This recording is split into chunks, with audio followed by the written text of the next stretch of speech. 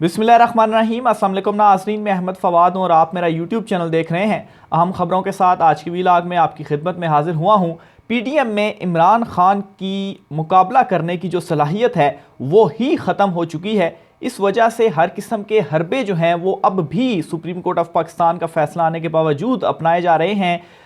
कोशिश प्लानिंग की जा रही है कि इलेक्शन किसी तरीके से ना हो, लेकिन एक बड़ा अपसेट हुआ है। एक तो ये कि पीपल्स पार्टी और मौलाना फजल रहमान ने तो इनको झंडी करा ही दी थी, लेकिन इलेक्शन कमीशन से भी इनको एक पैगाम आया है कि अब जो है वो शायद मैं आपकी बात ना मान सकूं। इस पर कुछ तफसीलात हैं, एक तो ये आपके सामने मैं रखूंगा। दूसरे नंबर पर नाज़रीन, army chief general Asim Munir जो हैं वो पहुंचे हैं रावलपिंडी का उन्होंने दौरा किया है। वो दौरा क्या था, किस हवाले से क्या डिटेल्स है, इस पर भी तफसीलात बताऊंगा। माशी एमरजेंसी नाफिज करने के हवाले से भी कुछ चीज़ें जो है वो सामने आ रही हैं। कुछ इस हवाले से डेवलपमेंट्स हुई हैं, इस पर भी कुछ रोशनी डालने की आज की व्लॉग में कोशिश करूंगा। सबसे पहले नाज़रीन एक बड़ी खबर से आगाज़ करता हूं।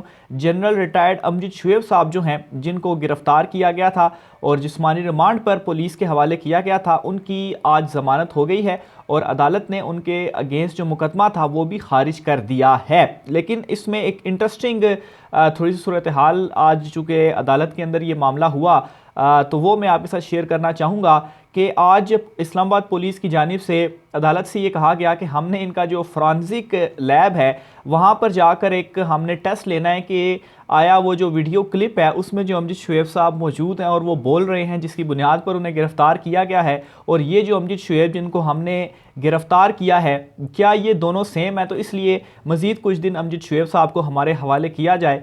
तो इस पर अदालत की जानिब से भी एक लाइटर मोड में रिमार्क्स सामने आए कि अगर आपने यही चीज़ कंफर्म करनी है तो आप सीधा सीधा नादरा से जाकर इस मामले को भी कंफर्म कर सकते हैं। तो मेरे ख्याल से इस हद तक जो है वो अब चीज़ें हो रही हैं और ये इसी तरह की कुछ बेसलेस चीज़ें थी जिसकी बुनियाद पर आज इनके अगेंस्ट जो मुकदमा था वो भी खारिज हुआ और इनकी जो ज़मानत है वो भी मंजूर हो गई है। इसके अलावा नाज़रीन, हुकूमत की जानिब से ये तय कर लिया गया है कि वो सुप्रीम कोर्ट ऑफ पाकिस्तान का जो हुक्म है वो नहीं मानेंगे और इसी वजह से ही जो एक मुज़ाहिका खेज़ बयान वज़ीर कानून की जानिब से दिया जा रहा है कि 3-4 की अक्सरियत से हमारे हक़ में ये फ़ैसला आया है। और ये चीज़ें वो इस वजह से कर रहे हैं कि उनको ये लगता है कि तमाम तर लोग जो हैं, तमाम तर जिन्होंने भी इलेक्शन करवाने हैं वो उनके साथ हैं। तो इसलिए अगर हम पहले भी सिक्योरिटी और दीगर चीज़ों और फंड्स का बहाना बनाया था कि हमारे पास तो है नहीं, हम इलेक्शन करवा ही नहीं सकते,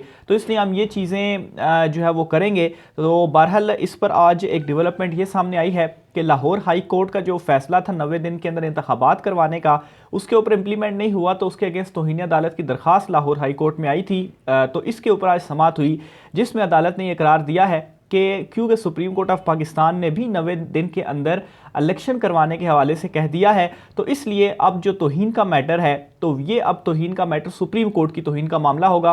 क्योंकि हाई कोर्ट का हुक्म पहले आया था, फिर उसके बाद सुप्रीम कोर्ट का हुक्म आ गया, तो एक अपर अदालत है वहाँ से चूँकि अब ये मामला टेकअप हुआ और वहाँ से भी यही हुक्म आया है, तो इसलिए तौहीन जो है वो अगर होगी तो फिर सुप्रीम कोर्ट होगी और वहीं से ही कोई तौहीन अदालत के हवाले से मामलात जो हैं वो आगे चलेंगे। तो मकसद बताने का ये है कि इसने एक मोहर भी लगा दी है और एक जो मुज़ाहिका खेज़ बयान था वज़ीर कानून का 3-4 से का फ़ैसले का, तो ये भी लाहौर हाई कोर्ट ने भी कह दिया है कि 3-4 नहीं बल्कि ये 3-2 का फ़ैसला था। और वो अक्सर एक जहन में मिसाल भी आती है कि एक पुराना जो है वो ड्रामा था पाकिस्तान का, जो एक जो है वो कहीं क्लासिक दौर था, सुनहरी दौर था ड्रामों का।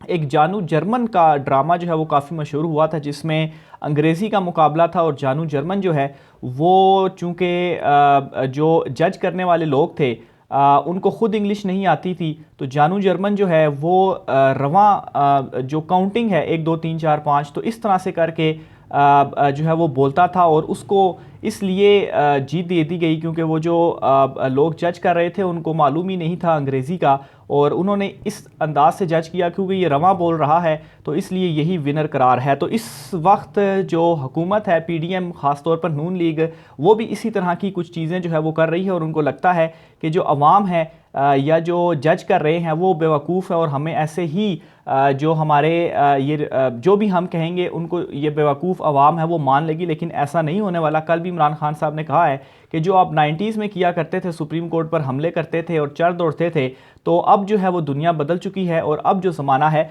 वो सोशल मीडिया का ज़माना है, तो अब आपके ये हरबे जो हैं वो काम नहीं आएंगे। फिर इसके अलावा इलेक्शन कमीशन ऑफ पाकिस्तान ने इलेक्शंस के हवाले से ही ये फ़ैसला किया है कि जो सुप्रीम कोर्ट ऑफ पाकिस्तान का फ़ैसला है उसके ऊपर इम्प्लीमेंट किया जाएगा। और ये एक पैगाम भी है हुकूमत को, पीडीएम हुकूमत को, कि इलेक्शन कमीशन ने जो है वो हाथ खड़े कर दिए हैं। सुप्रीम कोर्ट ऑफ पाकिस्तान का फ़ैसला उसके ऊपर इम्प्लीमेंट ना हुआ तो फिर तो हम तौहीन अदालत में रगड़े जाएंगे। तो एक तो इलेक्शन कमीशन से ये पैगाम सामने आया और दूसरे नंबर पर इलेक्शन कमीशन ने यह फ़ैसला किया है कि दोबारा फ़ंड्स के लिए और सिक्योरिटी के लिए हुकूमत को लेटर्स जो है वो लिखे जाएंगे। और चूँकि सुप्रीम कोर्ट ऑफ पाकिस्तान का ये फ़ैसला है कि इलेक्शन कमीशन की सिक्योरिटी और फंड्स के हवाले से भी जो इदारे हैं वो मुआवनत भी करें और इनको जो चीज़ें हैं वो प्रोवाइड करें, तो इलेक्शन कमीशन ने अब ये जो फ़ैसला है वो कर लिया है। दूसरी तरफ नाज़रीन, शहबाज शरीफ की जानिब से भी कुछ इक़दाम जो हैं वो उठाए जा रहे हैं। Election commission of Pakistan, chief election commissioner के इस्तीफ़े का जो एक आइडिया था वो इनके जहनों में था कि अगर इस तरह से कोई चीज़ हो जाती है तो गवर्नर और चीफ़ इलेक्शन कमिश्नर जो हैं वो अगर इस्तीफ़ा दे दे तो मामलात को मज़ीद डिले किया जा सकता है। लेकिन इस वक्त की जो सूरत हाल है इस तरह से लग नहीं रहा कि इन दोनों में से कोई भी जो इस्तीफ़ा है वो देने जा रहा है, क्योंकि सुप्रीम कोर्ट ऑफ पाकिस्तान का जो ऑर्डर आ चुका है वो बहुत ही वाज़ेह है। फिर इसके अलावा माशी इमरजेंसी के हवाले से भी आपको बताता चलूँ। एक तो नाज़रीन इतलात कुछ सामने आ रही हैं कि IMF जो है वो कुछ स्टेप मज़ीद पीछे हट चुका है। पाकिस्तान को जो एक उनके साथ डील चल रही थी मज़ीद कर्ज देने के हवाले से, तो IMF जो है वो मज़ीद कुछ पीछे हट चुका है, यानी कि जो डील है वो भी ख़तरे में पड़ती जा रही है। और साथ ही साथ एक और अपडेट ये सामने आई है कि नवाज़ शरीफ की जानिब से जो इसके वज़रा हैं उनको अहकामात जारी किए गए हैं कि आपने जो भी ख़र्चे करने हैं, जो भी अखराजात करने हैं वो इन्हीं दिनों के अंदर आप मुकम्मल कर लें। चंद रोज़ हैं आपके पास और चंद दिनों के बाद आप ये जो अखराजात हैं वो नहीं कर पाएंगे, बहुत मुश्किल हो जाएगी। तो आखिर चंद दिनों के बाद ऐसा क्या होने जा रहा है कि शहबाज शरीफ ने ये जो हिदायत हैं वो जारी कर दी हैं? क्या कोई माशी इमरजेंसी की तरफ ये जो फ़ैसला है ये हिंट है कि आइंदा आने वाले दिनों में इस तरह के कोई इक़दामात किए जाएंगे जिसकी वजह से ज़ाहिर बात अगर इमरजेंसी माशी लग जाए तो फिर उसके बाद जो अखराजात हैं वो उस तरीके से जिस तरह से नॉर्मल हालात में इस्तेमाल किए जा सकते हैं उस तरह से इस्तेमाल नहीं किए जा पाएंगे। तो इलेक्शन को रोकने के लिए इस वक्त इन्होंने इलेक्शन तो करवाने नहीं हैं। इमरान खान साहब से ये घबराए हुए हैं, ये इकरार कर चुके हैं कि इमरान खान का मुकाबला करने की अब इनमें जो सलाहियत है वो भी ख़त्म हो चुकी है। फिर इसके अलावा पीपल्स पार्टी ने भी सुप्रीम कोर्ट ऑफ पाकिस्तान के फ़ैसले के ऊपर खुद आकर कोई बयान नहीं दिया। JUI कहती है कि सुप्रीम कोर्ट का फ़ैसला है, 90 दिन में इलेक्शंस होंगे। तो सिर्फ़ और सिर्फ नून लीग जो है वो बेचारी इस वक्त बची हुई है, बल्कि फंसी हुई है। आखिर में नाज़रीन, army chief of Pakistan general Asim Munir साहब के हवाले से भी एक ख़बर है, वो भी आपके साथ मैं शेयर करता चलूँ।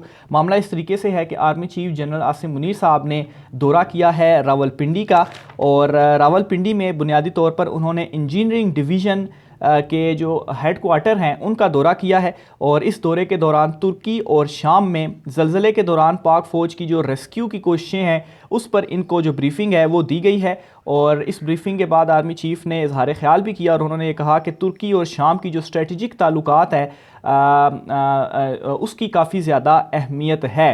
तो बुनियादी तौर पर इस हवाले से ये दौरा था और ये जो ब्रीफिंग और इजहार ख्याल था ISPR की जानिब से जो तमाम तर डिटेल्स हैं वो सामने आई हैं। तो ये नाज़रीन इस वक्त ओवरऑल मामला चल रहे हैं। आखिर में एक और ख़बर भी आपके साथ में शेयर करता चलूँ। इमरान खान साहब से मुलाकात हुई है एक अमरीकी वफ़द की। ज़मान पार्क जो इमरान खान साहब की रिहाइश का है वहाँ पर यह मुलाकात हुई है। लेकिन इसमें सोचने की बात यह है कि आखिर ये जो अमरीकी वफ़द है, इससे पहले भी एक ख़बर आई थी कि अमरीकी नुमाइंदों ने इमरान खान साहब से मुलाकात की है।